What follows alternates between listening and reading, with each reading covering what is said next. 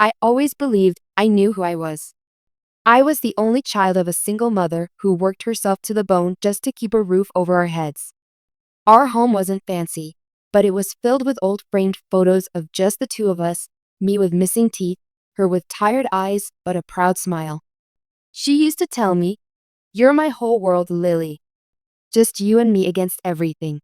And I believed her. We didn't have much, but we had each other. That's what I told myself, especially on nights when the house felt too quiet, too empty. I used to beg her to tell me about my dad, but she always shut me down. "He's gone," she would say. "It's just better that way." Eventually, I stopped asking. She passed away just after my 20th birthday. Cancer. She never even told me she was sick until the very end. Typical mom, always trying to shield me, even if it meant leaving me in the dark. The funeral was small. A few coworkers from the diner she worked at, our sweet old neighbor Mrs. Henson, and me, standing by the casket, holding back tears that burned like acid behind my eyes. I gave the eulogy. I said all the things you're supposed to say. How strong she was, how much she loved me, how proud I was to be her daughter.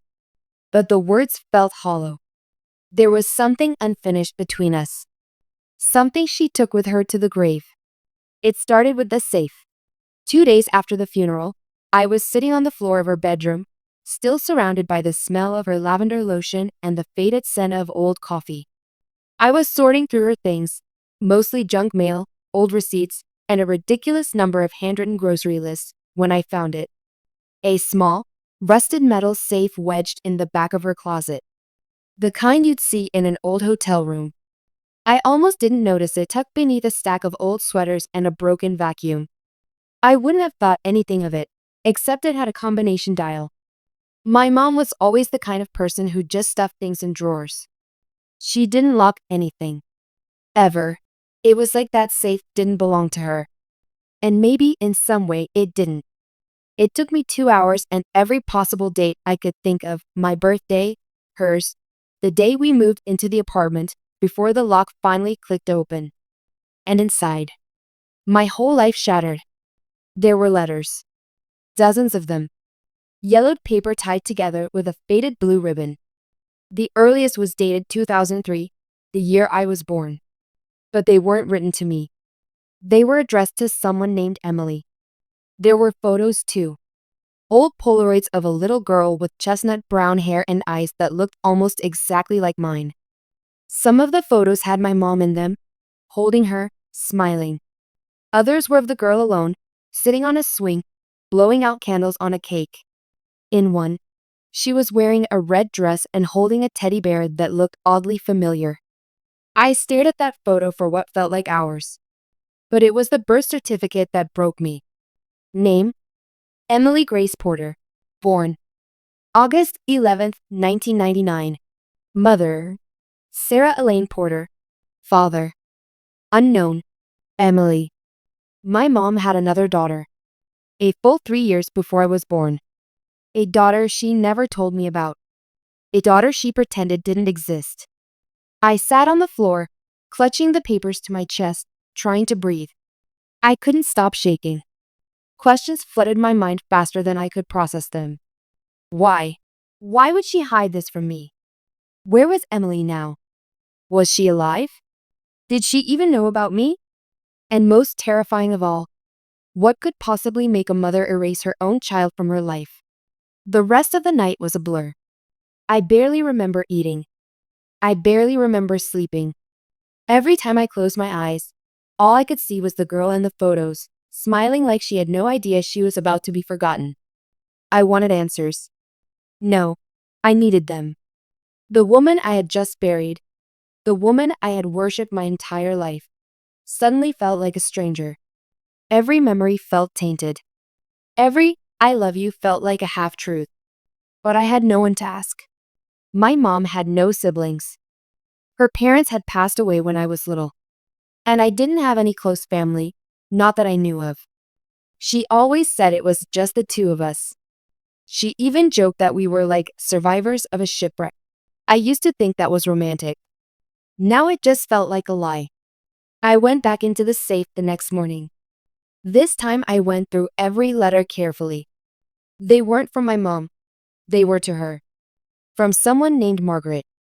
Over and over again, the letters begged her to just come visit, or at least write back.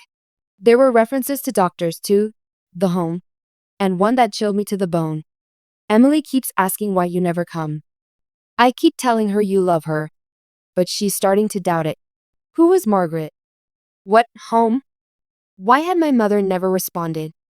I looked again at one of the envelopes. There was a return address. Sunrise Hills Residential Care Facility, Saratoga Springs, NY. I lived in Albany. Saratoga was less than an hour away. I don't know what possessed me to drive there that day. Maybe it was desperation. Maybe it was guilt. But as I sat in the parking lot of Sunrise Hills, staring up at the red brick building surrounded by overgrown hedges, my heart was pounding so hard I thought it might explode. I walked into the front office, trying to act like I belonged there. I didn't even know if Emily was still there, or if she'd ever really been. For all I knew, this could have been a dead end. But I had to try. The receptionist looked up from her computer with a warm, practiced smile. "Can I help you?" I cleared my throat, hands trembling. "Hi. I'm looking for someone. Her name is Emily Porter. She would have been born in 1999. The woman typed something into the computer. Her smile faltered. "Are you family?"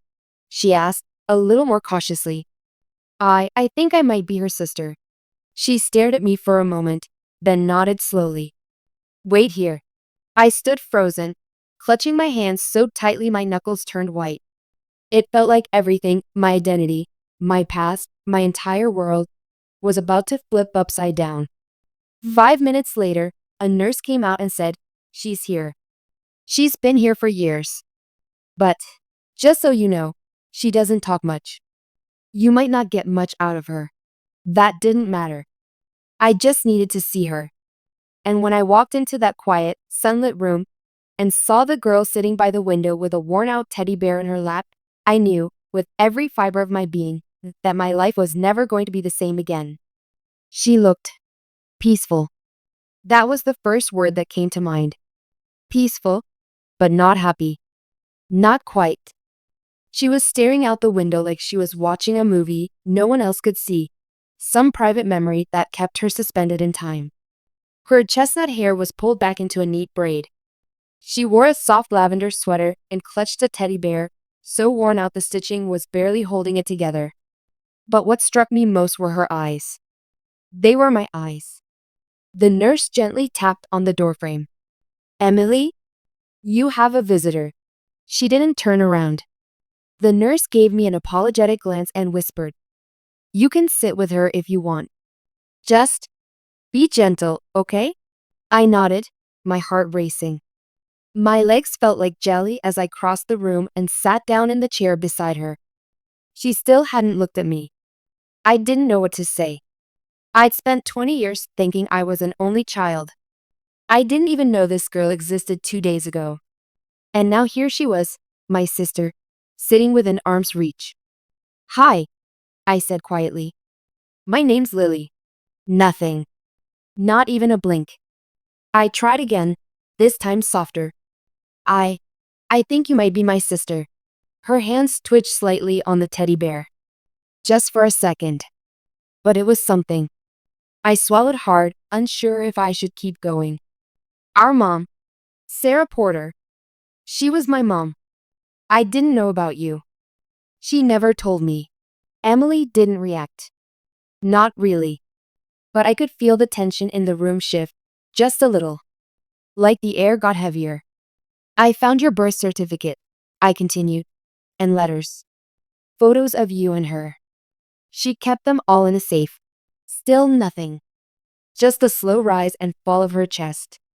I think she loved you," I whispered. "I just don't understand why she hid you from me." That's when her eyes flicked toward me, just for a second. But they were filled with something sharp and unreadable. Sadness? Anger? Resentment? I didn't know.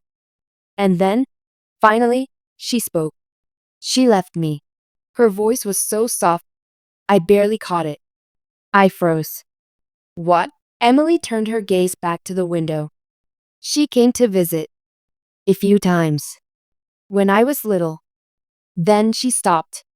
One day, she just stopped coming. And I waited. Every Sunday. For years. A lump formed in my throat so big I could barely breathe. I'm so sorry, I said. I didn't know. She used to sing to me, Emily whispered as if she hadn't heard me. There was this song. You're my sunshine. She'd hold me and sing it over and over. I used to think it meant something. Tears burned at the corners of my eyes. It did mean something. I'm sure it did. She looked at me again, this time with a strange sort of curiosity. You look like her. But younger. Less tired. I forced a shaky smile. You look like her too. Emily didn't smile back. There was a long silence between us. I didn't want to push. I didn't want to make her retreat. But I needed to understand. I had to know why my mother, this woman I thought I knew, had walked away from her own child and built an entirely separate life. With me. Can I ask you something? I said gently. Emily didn't respond, but she didn't say no either. Do you remember why you came here? Why she left you? Emily didn't answer for a long time. She just rocked the teddy bear slowly in her lap. Then, just when I thought she might shut down again, she whispered, I was sick. I had episodes. They said I was a danger to myself. Maybe to her too. What kind of episodes? I asked, confused. She paused. I screamed. Hit things. Had. Meltdowns. I couldn't control them. They said it was a developmental disorder. I don't know what it was. Not really. But I scared her. No, I said automatically, shaking my head. You were just a child. That wasn't your fault. Emily turned to me again. She was scared. I saw it in her eyes. And then one day, she dropped me off here. Told me it was just for a little while. Said I'd get better and we'd go home. Her voice cracked. But she never came back. I reached out instinctively and took her hand. She flinched at first, but didn't pull away. I'm here now, I whispered. I don't know if it means anything, but I want to know you. I want to be your sister. She stared at our joined hands for a long moment. She replaced me, Emily said quietly. With you.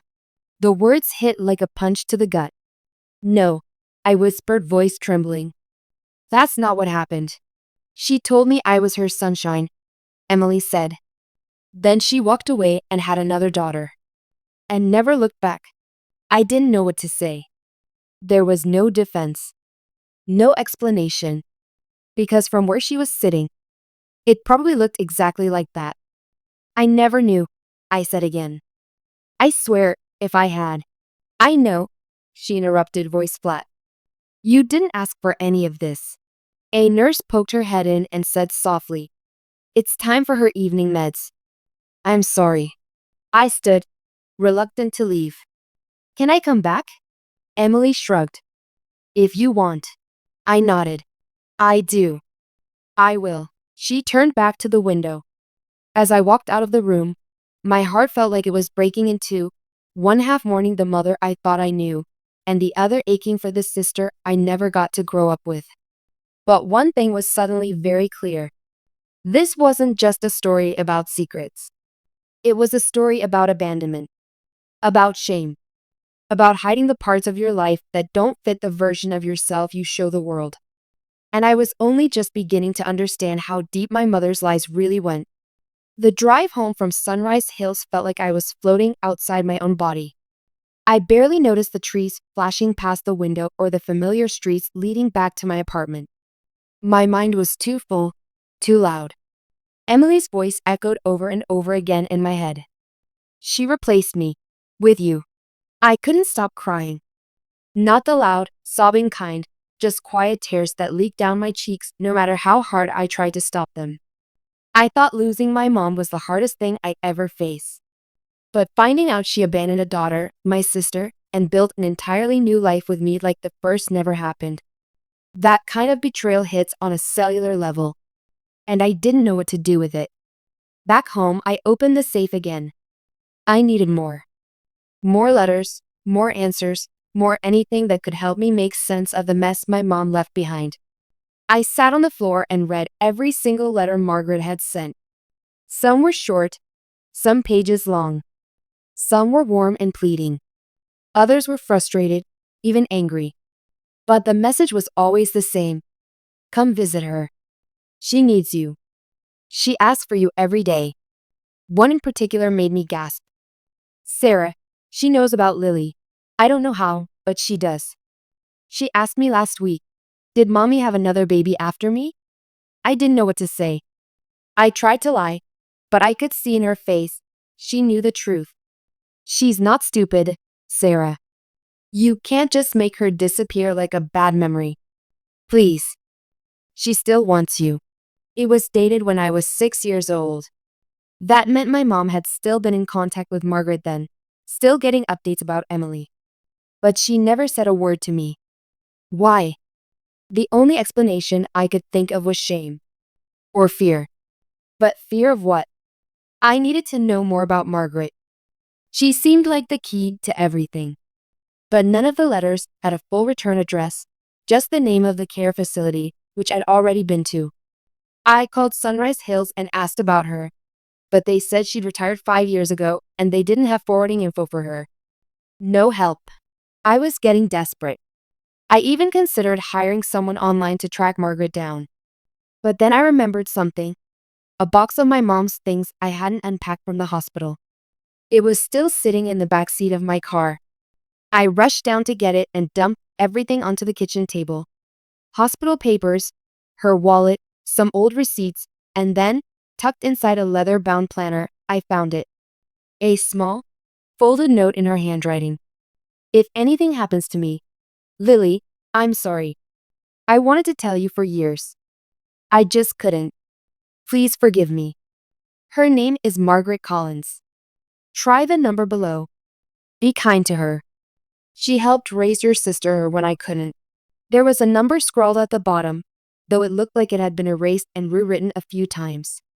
My hands were shaking so hard I almost dropped my phone. It rang 3 times. Then a woman's voice, soft, older, cautious, answered. Hello? Hi. I'm sorry to bother you. Is this Margaret Collins? Pause. Who's asking? I took a breath. My name is Lily Porter. I'm Sarah's daughter. And I think Emily is my sister. Silence. Then a deep, shaky exhale. My God. I found your letters, I said. All of them. I visited Emily yesterday. Another long pause. Then, is Sarah gone? Yes. She passed last week. I thought Margaret might hang up. Instead, her voice cracked with something between grief and bitterness. She waited too long, she said. I begged her to make things right. But she was too proud. Or too scared. Or both. I need to know the truth, I said, almost whispering. Please. I need to understand. There was a beat of silence. Then Margaret said, Where do you live? Albany. I'm in Saratoga. I'll meet you tomorrow. 11 o'clock. Blue Moon Cafe on Spring Street. You bring your questions. I'll bring the truth. She hung up. I stared at the phone, heart pounding. I was about to walk into the part of my mother's life she'd locked away, boarded up, and buried.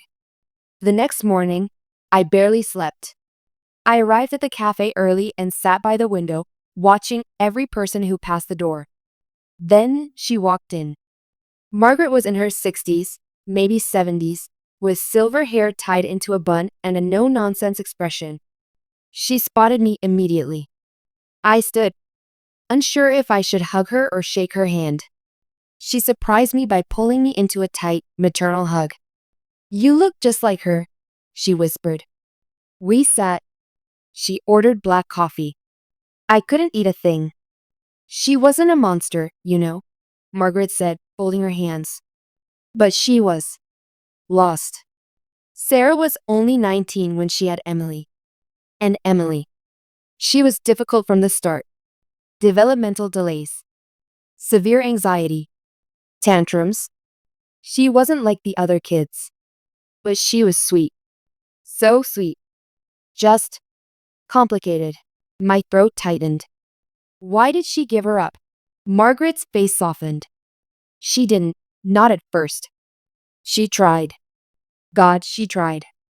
She worked 2 jobs, barely slept. But Emily needed more than she could give.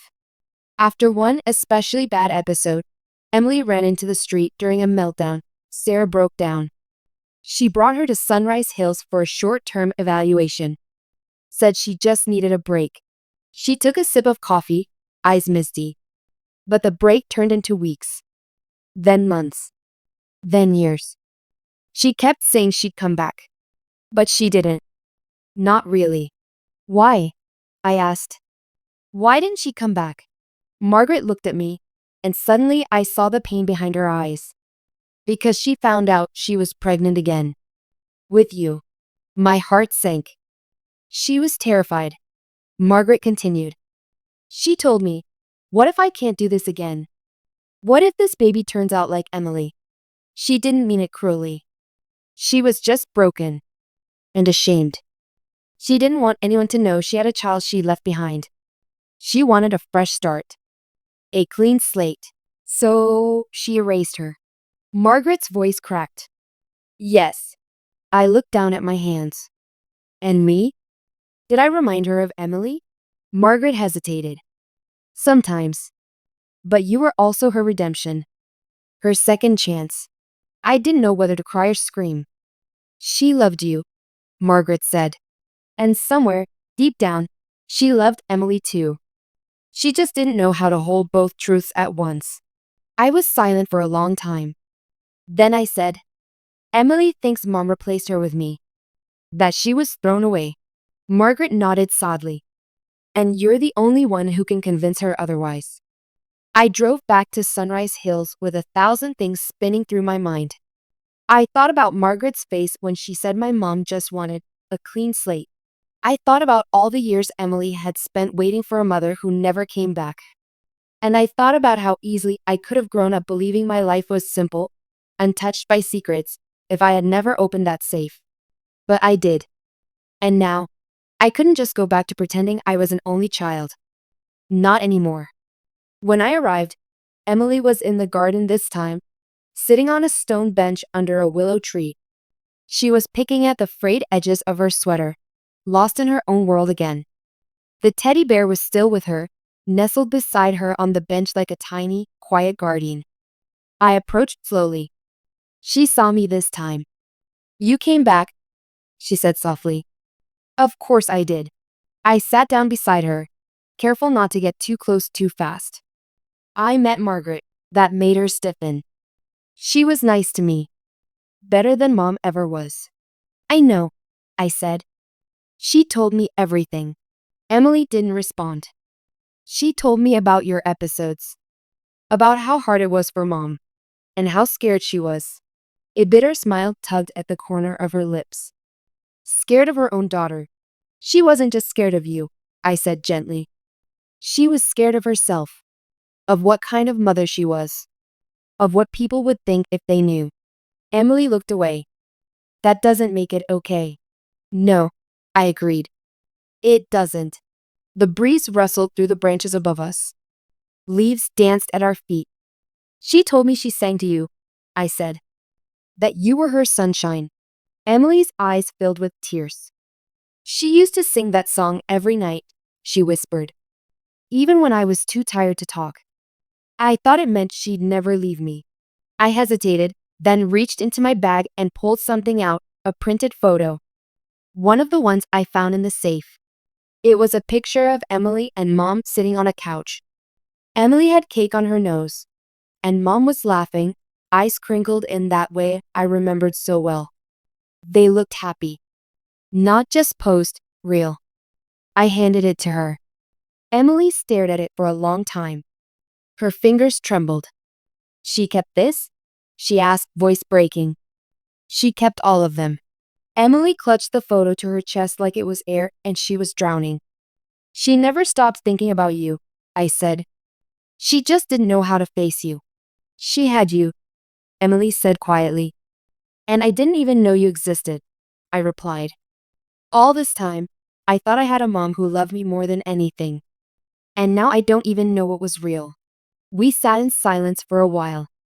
Then Emily said, sometimes I think I remember you. I blinked. Me? I was 4 when you were born. Margaret said Mom brought you once. Just once. You were in a car seat. I don't remember your face. Just a sound. You crying. Really loud. I swallowed hard. She never told me. Emily nodded. Of course she didn't. There was so much weight between us, years of silence, lies, pain neither of us had caused but both of us had inherited. But under it all was something else. Something fragile but real. Connection. I want to come back, I said. As much as you'll let me. Emily looked down at her bear. Then at me. I think I'd like that. We talked for hours that day. About small things at first. What food she liked, what books she used to read, her favorite nurse. She told me she liked sunflowers but hated the smell of hospitals. That she painted sometimes. That she used to dream of being a vet. And then, slowly, she opened up more.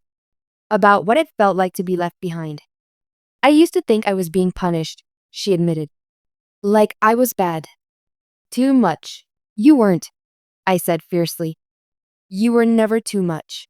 She smiled, just barely, and said, Margaret used to say the same thing. She's a good woman, I said. She's the reason I survived. And that's when I realized something that hit me hard. Emily had found a way to grow even when no one watered her. She had survived the abandonment, the silence, the loneliness. She had found her own version of strength. And now, somehow, I was part of her story too. I was thinking. I said, would you ever want to come visit my place? Just for a day or two. She looked startled. Outside? Yeah. I have a little guest room. And I make a mean grilled cheese. Emily laughed softly, her first real laugh. It was a little awkward. But beautiful. I haven't been outside these walls in a long time, she said. We'll take it slow, I promised. Just think about it. She nodded. That night, I sat in my car for almost an hour before driving home. I felt something I hadn't felt in weeks, hope. Not for a perfect ending, but for something better than the silence we'd both been living in. That weekend, I went through all of Mom's things. I donated most of her clothes. I boxed up the old photos and letters. And I started creating something I wasn't sure I had the right to build. A scrapbook. One side would be for me and Mom. The other side, for Emily and Mom. And maybe, somewhere in the middle, we'd build something of our own. A week later, Emily stood outside my apartment for the first time. She wore a pale blue hoodie with sleeves that covered her hands and a nervous look on her face like a child on her first day of school. Margaret dropped her off and hugged her tight before driving away, leaving us alone in the quiet suburban air. This is it, I said, smiling as I held the door open. Home sweet chaotic home. Emily glanced around, taking in the potted succulents on my windowsill, the pair of worn sneakers by the door, the crooked string of fairy lights hanging above the couch. It smells like toast, she said. I laughed. That's probably the toaster. It burns everything. She smiled softly and stepped inside. I had cleaned the guest room 3 times. Bought new sheets. Placed a sunflower in a mason jar on the nightstand. And right on the pillow, the same teddy bear she brought with her everywhere. You left this last time, I said as I placed it gently in her arms. Figured it deserved the fancy treatment. She looked down at it, eyes glassy, and then whispered, Thank you. That first night, we didn't talk much. I made grilled cheese just like I promised, and we watched a cartoon she liked from when she was a kid, Saggy the elephant, or something equally ridiculous. She barely spoke, but I could feel her watching me out of the corner of her eye, like she was studying me, like she was trying to figure out how real this version of her second life really was. But the next morning, something changed. I woke up to the sound of soft humming. When I got out of bed, I found her in the kitchen, making scrambled eggs and singing under her breath. "You are my sunshine." I stood in the hallway, frozen, listening, crying silently. She didn't stop humming when she saw me. She just smiled, a little uncertain, but brave. "I remember it," she said. "The whole song. Every word." I walked over and hugged her. And this time, she didn't flinch. "I think she wanted to tell me." I whispered into her hair. But she didn't know how. And by the time she might have been ready, it was already too late. Emily nodded against my shoulder. "I don't want to be angry forever." "You don't have to be." For the rest of the week, we lived slowly. We baked cookies and made a mess. She helped me organize Mom's old recipe box. We went to the park and fed the ducks.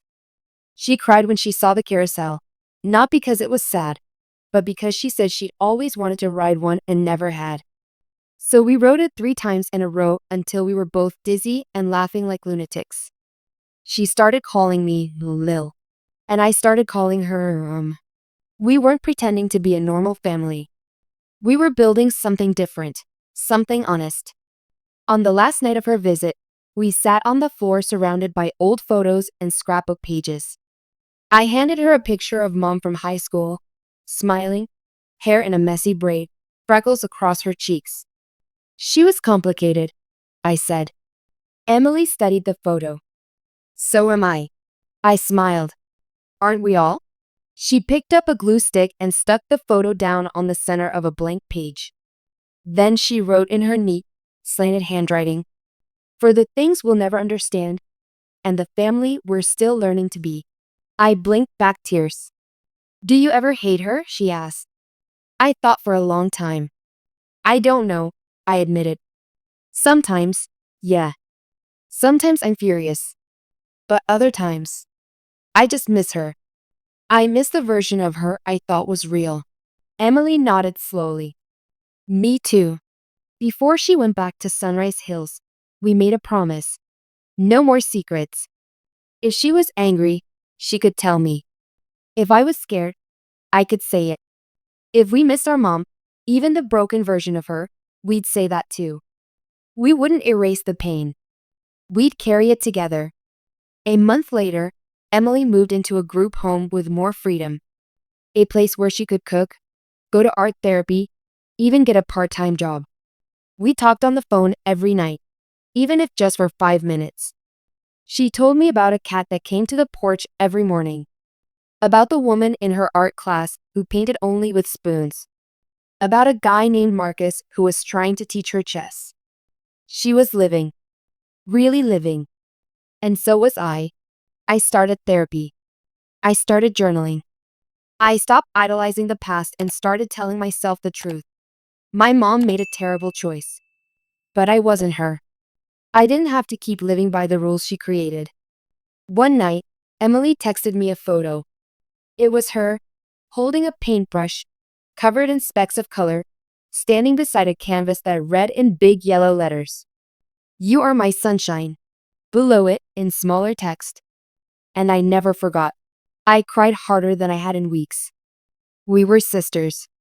Maybe not from the beginning, but from now on, always.